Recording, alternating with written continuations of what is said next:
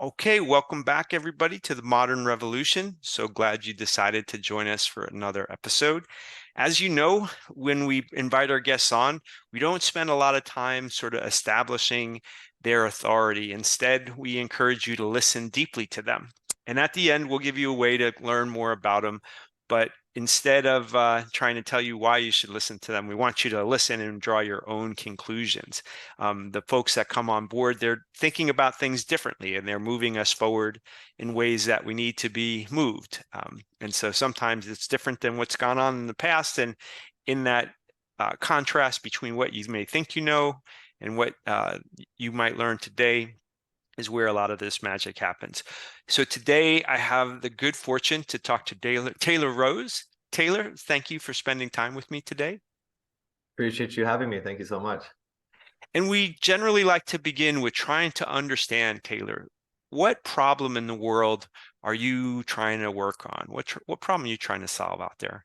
Of course. So I've come to realize that through my education and just through the school system, there's three main things we are not taught.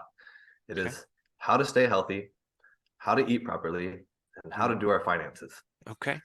I am here to help out with at least two of those, which would be how to fuel yourself properly and what to do to keep your body healthy itself. And really bridging that gap to teach people that movement and nutrition is foundational to everything else that they do in their life. Yes.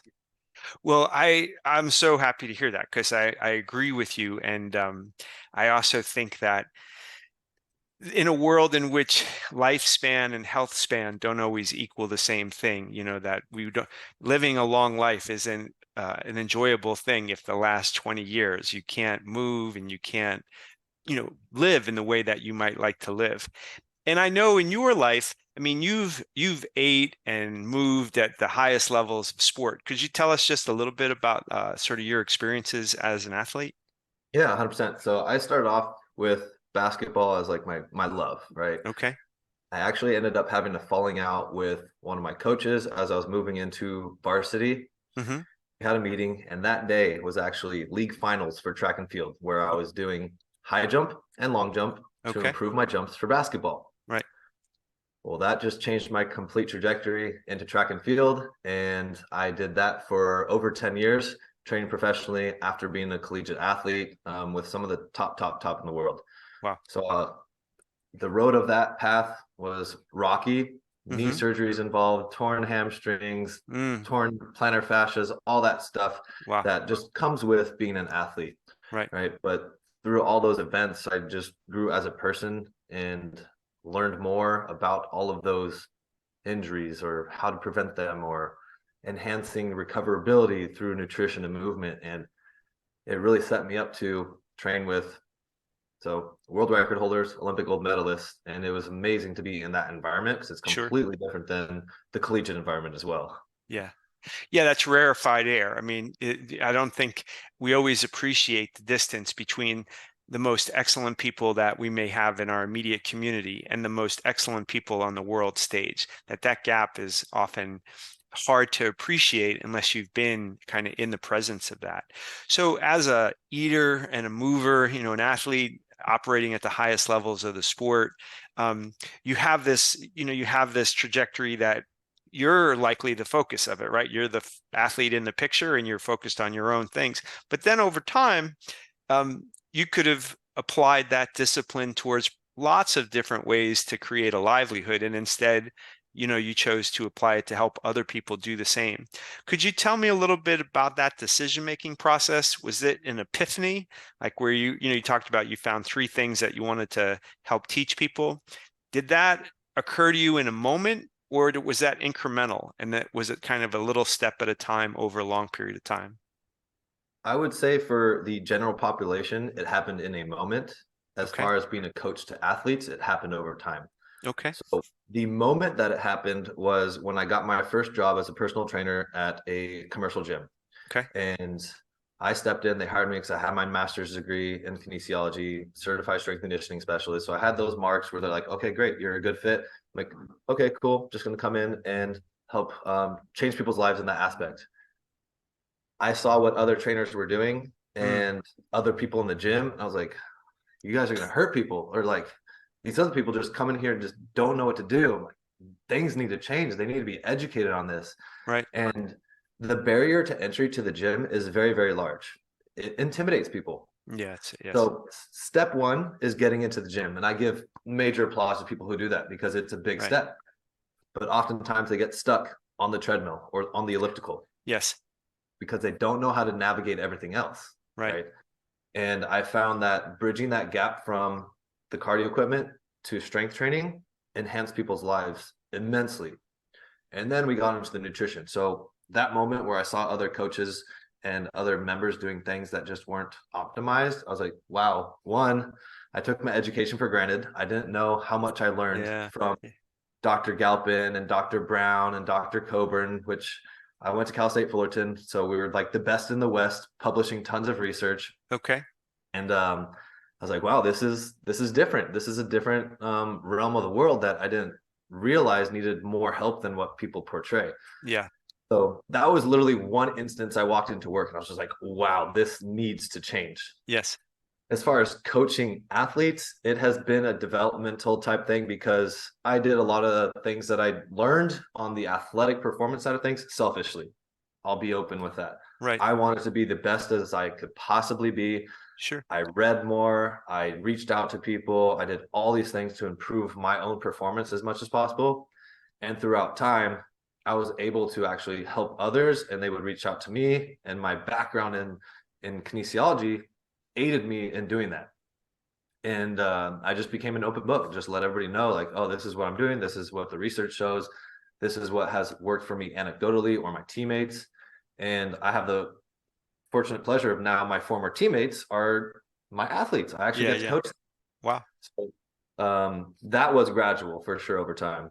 So it sounds to me like you spent a lifetime in a sense, right? Developing yourself as an athlete. You have this long, from a child, right? As an adult, you have this long arc of like a developing yourself as an athlete. And then it seems to me that there comes a time where you make a change to make this your livelihood as a coach, right? And as a trainer. And as you begin that process, I think you look around and go, well, the industry actually doesn't align with my values and the way that I think that people should be taught. And then over the time in which you develop those skills, it sounds as though coaching different levels of athletes, including it clearly like top flight athletes. When you think about, I mean, religion and exercise and strength training and all of these things sometimes feel like we're in the realm of religion, right? That like that's what you believe versus, what's been proven per se. But having had a lot of people teach me over years in different types of sports and different types of things, um, I've experienced a lot of what you're saying, like where I was taught by people who knew what they're doing and people who didn't, both nutrition and movement. And the way that I distinguish between those two is what was working. So when you think about when you go to teach people about either nutrition or movement, what are some of the things that you're trying to uneducate them or change their biases or change their assumptions? I have a very strong opinion on this. Okay, And it good. is basically stay away from anybody that talks in extremes. Okay, very good. Easiest way to do it, and it's kind of throwing the fitness industry under the bus a little bit, Right. but you have veganism and carnivores. Okay, right. They hate each other. Right, right. They have some rights, they have some wrongs. Sure. Well, anybody that's an extremist, try not to listen to them. Right, In the middle and in between that spectrum is right, where you kind of want to live. So anybody that comes in with an extreme bias, I'm like, I need you to open your mind a little bit more to what the other side has to say. right, I try to marry those up. And speaking on like the religion aspect of fitness and health and all that, it's your daily disciplines. That is your book of purpose, essentially. right. So I do see that for sure. And it's dispelling the myths or judgments that extremists have kind of made, if that Right. makes sense. It does. And so I think what I hear you telling me when you say that is extreme points of view are simpler points of view. Because if you're a carnivore, you're saying just do this very narrow set of things, or if you're a vegan, an equally narrow set of things. But what you're saying to me in terms of what I hear, at least, is that these are subtle issues. These are things that require like a relationship to the complexity of your needs. Not your needs are less simple than you may think they are in some instances, right? So when someone lives more in the middle of the extremes, what are some of the things that you're having tension with them? Are they looking for a pace of growth that they think an extreme point of view would give them, or like why are they attracted to the extremes, and what happens when you try to move them more towards a middle focus? So the extremes are very polarizing. So people tend to side with them, right? And that's Okay. why they blow up on social media, Right. because Yeah. some people absolutely love it and other people hate it. But those two groups of people opposing each other cause that person to rise up on a pedestal on social media. Yeah, So it's when I try interesting. to pull somebody more into the middle, it's really just trying to break their beliefs that have been instilled through somewhat handpicked social proof on social media, Right. not really trying to aggressively push them either way, Right. but show them more. I always try to like, hey, well, look at this, or this study says this, or this person says that. It's not so much about the extreme views as much of opening their mind to using their own train of thoughts to come to their own conclusions. Is I there don't think. some, is there an example perhaps of either maybe movement and nutrition where someone comes in and an example of what you're saying? Like what does that look like in practice? Okay, so I have a client who wanted to do keto, right? Right. And for me, keto, if it works for you, great. If not, there's other avenues. So he would do it, and then he'd kind of fall off and gain a bunch of weight. I'm like, okay, yeah, no problem. He's like, well, I just gained 10 pounds. I'm like, yeah, because you ate carbs again, and carbs latch onto water within your muscles, and that's weight, and it causes you to go up. So if you're going to do keto, you need to commit to it. But if you're not going to do keto and you do it for 3, 4 days, you're going to see this fluctuation all the time. Right. So I just brought him towards that middle ground by educating him a little bit on what carbohydrates actually do, and Right. then explain the role of performance of carbohydrates in the gym and cognitively and all those types of things. And it kind of pulled him in the direction of like, oh, well, maybe I'll start implementing this. And then you start to see a stabilization of weight loss Hmm. instead of these erratic ups and downs because he would fall off. So that's just one example of pulling somebody away from the extreme by Okay. supplementing with education and then putting it straight into practice. And now he chooses to have a little bit more well-rounded nutritional intake Okay. rather than just carnivore. Right, right. Okay. So nutrition, someone may come in and their point of view is like, look, I have to do it this way because this is, and then when they don't do it that way and they see erraticness in a number such as weight, right, which is one indicator of many different things. They didn't understand what was happening. So they were like, oh, I must be failing, as opposed to like, oh, okay, this is an inevitability. If you don't stay in ketosis all the time, then this is going to happen. And so as you introduce like, hey, there are other ways to achieve this weight loss goal that you have and stabilize sort of that erraticness.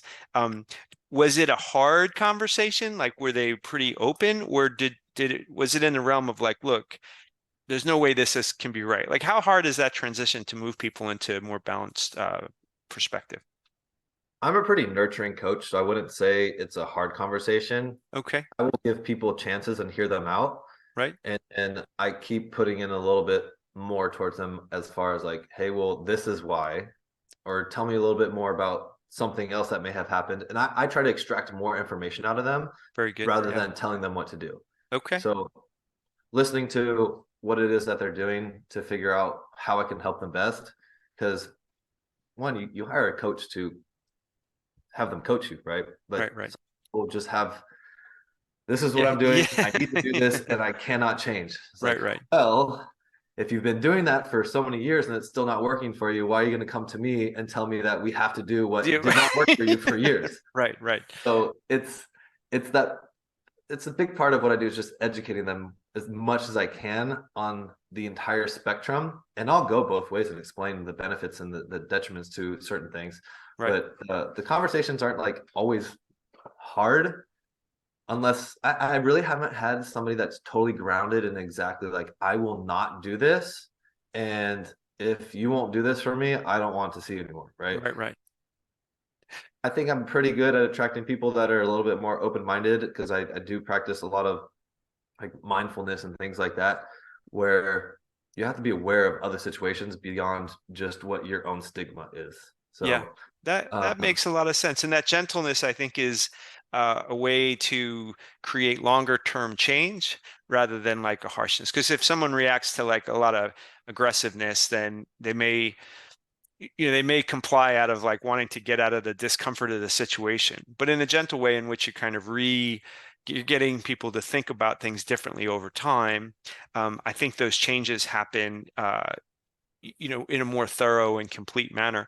When it comes to movement, is there an analogy in your physical training of people? Do people come in with a bias towards, hey, we should be doing this, and you're moving them into like a different, like a similar point of view, like, well, you're doing this one thing and we need to do many things. I'm a master of disguise. Okay, excellent. I'm I outing you a always little bit, listen right? to what they want, Okay, but I always get what I want as well. That will right. benefit them in the bigger picture. Okay, I have tell a us client who about that. who just wanted arms and core, but wanted to tone up overall. I'm like, all right, well, one, we need to talk nutrition. Right, Two, we need to hit your big muscle groups just to get stimulus all over the body and not create any imbalances.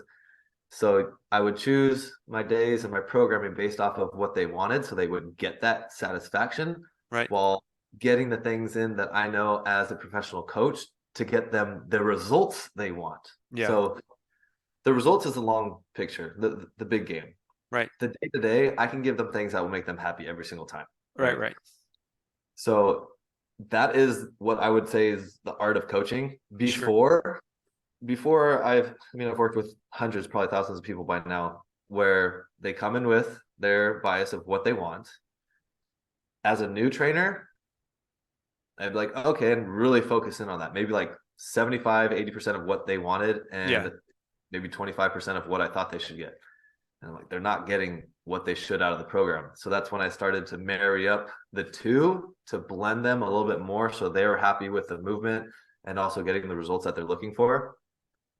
And it's funny because you'll see little eye rolls every once in a while, like, oh, we gotta do what? I'm like, yeah, you said you wanted this. We're trying to do this with this. Okay. So you take what I want and explain it in ways that helps them achieve what they want, and then they'll be right on board. So if we were to, you talked about three things you wanted to work on in the war. There are three major problems in the world, right? Like people, finances, and we're gonna leave that out of the conversation. And we got nutrition and we have movement. And then nutrition, what you're observing in the people coming to see you is sort of an extreme point of view. Like I got to be either closer to a vegan lifestyle, closer to a carnivore, and you're bringing them towards the middle. And it sounds like when it comes to movement, people are coming in with an outcome-based idea that they have an aesthetic that they want to go after versus, you know, creating a body that moves in space that's integrated and is safe and they can do whatever they want. That actually, if they could do that, their arms and core and whatever they might be focused on in a singular manner actually are attended to. I mean, is that a fair kind of way to paraphrase what you're doing? Yeah, 100%. And I actually have a way that I'm still trying to figure out how to verbiate it Right, entirely. But most people look at just fitness of movement and nutrition and food, right? right, Fitness keeps you healthy. mm, Let's big picture keeps you right, healthy, keeps your doctor happy that you're moving, like blood pressure and things like that. Nutrition primarily is the driver of weight maintenance, gaining, or losing. When you marry both together, you get exceptional results. right. But now the third triad, which is the biggest one, and I do this Okay, circling my head right, because it's the mindset. right, It's your thought processes, it's the daily disciplines you have of making progress towards the actions that you want to accomplish. And those control the fitness and the nutrition. And that little crossover, really, really small, can be expanded when you really focus in on the mindset of everything that you're doing. And that is what creates the biggest change in the last 2 years is what I've been working on with my clients a lot, just through conversation. And the results have been incredible because they're starting to realize why they're doing things Okay. rather than focusing on that art or not that forget the word you just used, but basically the visual representation of exactly what they want. Like, I want bigger shoulders. Like, Right. well, why? We need to look at what's going on in your head to, I need Yeah. bigger shoulders. Right. Right. Putting all those together to create them the perfect program where they're in it mentally, and then the nutrition and the fitness side of things just fall into place. So when you would describe this mindset, if you were to give like the hallmarks of the mindset that you're trying to suggest people adopt, what are some of the things that are a part of this mindset? So the mindset is putting those thoughts of wanting to change into Hmm. immediate action. Okay. Not saying to be compulsive, but rather than thinking about what it is that you'd like to change in your life Hmm. and, oh, maybe I'll start this way, or when this happens, I'll do this. Take a step. We talked about earlier going to the gym. Step one is getting through that door, Right. signing up, Yeah. right? So instead of thinking of starting that, just go do it. That's going to be that first step. So the mental side of things is massive when you are actionable. So that's where I would say it is. It's like when you have the thought, put it into action, whether it's writing it down or literally moving your body one step closer to that goal Yeah. instead of delaying it.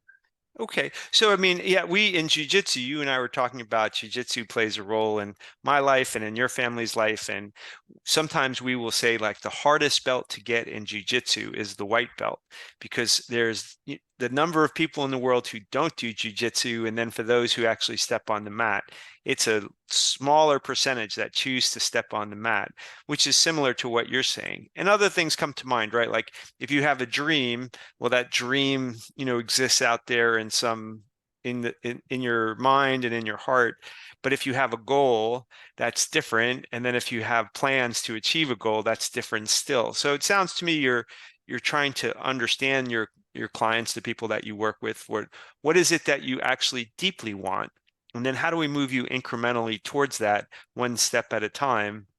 And that way you're no longer just wanting if big shoulders are a function of you want to be able to push more weight in a sport where you want to be safer in your life as you go older, you want to be able to pick up your grandchildren, whatever might be sort of the motivation. It sounds like you're marrying like, well, we're doing this hard work to achieve this particular outcome, and that particular outcome is linked exactly to what you want to do. Is that, I mean, am I following you?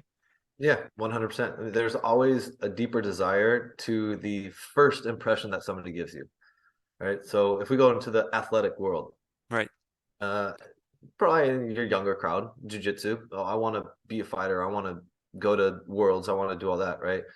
Then what are the actions outside of mat time that they're doing that are in alignment with that, right? Right. And this would go into their recovery, their stretching program, their Mm, overall nutrition too, and just everything that they're doing outside of actual mat time exemplifies their true desire to accomplish whatever goal it is, right. right? If they came in just saying like, oh, I just want to learn jujitsu, but you see them not showing up for practice or the opposition every single day, they're there 15 minutes early, getting warm, like there's something extra there. So then you have to find what that extra is, that motivation that's really driving them or the Right. lack thereof. And so, Maybe, sorry, go ahead. Yeah. oh yeah, so maybe Bobby had his parents tell him like, you need to do jujitsu, and he's not bought in, he doesn't want to do it, right? Right. So that finding out what the cause is for them to keep pursuing more. So, in terms of people who come to you, they coming to you for help. When you think about like what has been in the way, is there a theme in terms of the clients you've worked with that often I have seen this block that that client might not even know they have, but as you work with them, you kind of gently move them in that direction. You're removing whatever obstacle is in between what they want to achieve in that. Because many people, I think, if you had this conversation in the abstract to say, what would you like to achieve? I'd like to achieve X. Well, do you need a plan to get there? Yes, I need a plan to get there. Is that hard to do? Well, no, I think I could find that plan. However, a lot of people don't they're not able to do that on their own. So what are you dislodging in your clients that are allowing them to kind of follow your leadership? I would 100% say that it's wow, just lost the word. Um, Basically giving yourself permission to succeed. Okay. Limiting beliefs. There we go. Okay. It's limiting beliefs. And if you've grown up in a family that's never been healthy or fit or mentally resilient or pursued an Mm, education, you feel like you don't deserve that or you shouldn't get it. right. Why? So when you have that question of why am I not doing this, but I want to, that's when I've been able to find things in my clients where they never really gave themselves permission. And it was going back generations of family ties, right? So if your family history shows we can't do this, we're always like this, that's their barrier because it's just in them. They see it as they grow up as a kid. So I think a lot of that is developed as a child, whatever you see your parents doing, your grandparents. And if Right. there's limiting beliefs that they have, those gets transposed onto you. And those are the hardest things to break. And that's what I really try to help people break down is overcoming what they believe they cannot Y- do and Yeah, turn yeah. it into something that they can do. Okay. So people there's a part of them they aspire to something more than who they are at that particular moment, and they have a sense of it, but it sounds like you help clarify that. And then they may not believe in their heart of hearts that they could actually achieve what they want to set out to. And it sounds to me like you move them from like believing that they can't do it into believing they could, and then developing systems like, well, day in and day out, the way towards your goal is to continue along an actual roadmap, where there's a plan that moves you step at a time. And maybe somebody's listening out there and they want to make a small change. They may not be ready to make a big change, but on their own, just after listening to this podcast, I mean, what might you suggest? Like, hey, here's a small step you can take to move you towards removing your limiting beliefs and get you on the road to developing systems that actually move you towards your larger goals. Bring them to fruition by writing them down and recognizing them, Nice. right? Sometimes we have to see it. Seeing is believing, but if you have that belief or limiting belief, write it down so you could see it. So eventually you could cross it off and write a new one or Okay. say that you did do it, right? I think it's pretty powerful to extract things out of the mind into the physical world. So Nice. it's there for you to see. Yeah. And that's when you can be more actionable about it. Okay. So this is taking something that maybe you haven't put language to. You have a feeling, and or maybe your language is incomplete. I want bigger shoulders when really you have these, that's connected to all these other things. So a step that I think I'm hearing you say is like, look, to bring it into the world, it has to live outside just your mind. It has to live. It's something you can see. And if you write it down, it forces you to clarify a little bit. Like, I'm sure it's okay to edit it, right? Like you write it down and maybe it's not exactly right on day one, but on day 100, you understand yourself a little better that like, oh, actually my goal was this. I mean, does that happen with your clients sometimes that they think they want thing A, but they actually want thing C or maybe E or F or whatever? Undoubtedly, yeah. And one of the biggest things I would say is young parents that are evolving into older parents.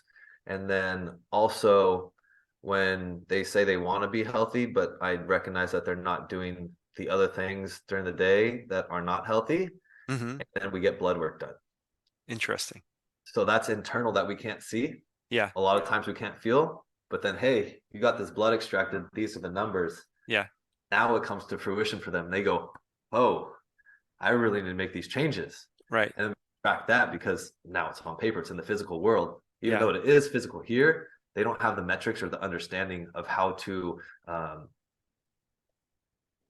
basically pull it out and be actionable on it. Makes sense because really, when you say to somebody in their in their 20s or 30s or 40s even, like, hey, this is going on inside your body, and they're like, look, I'm fine.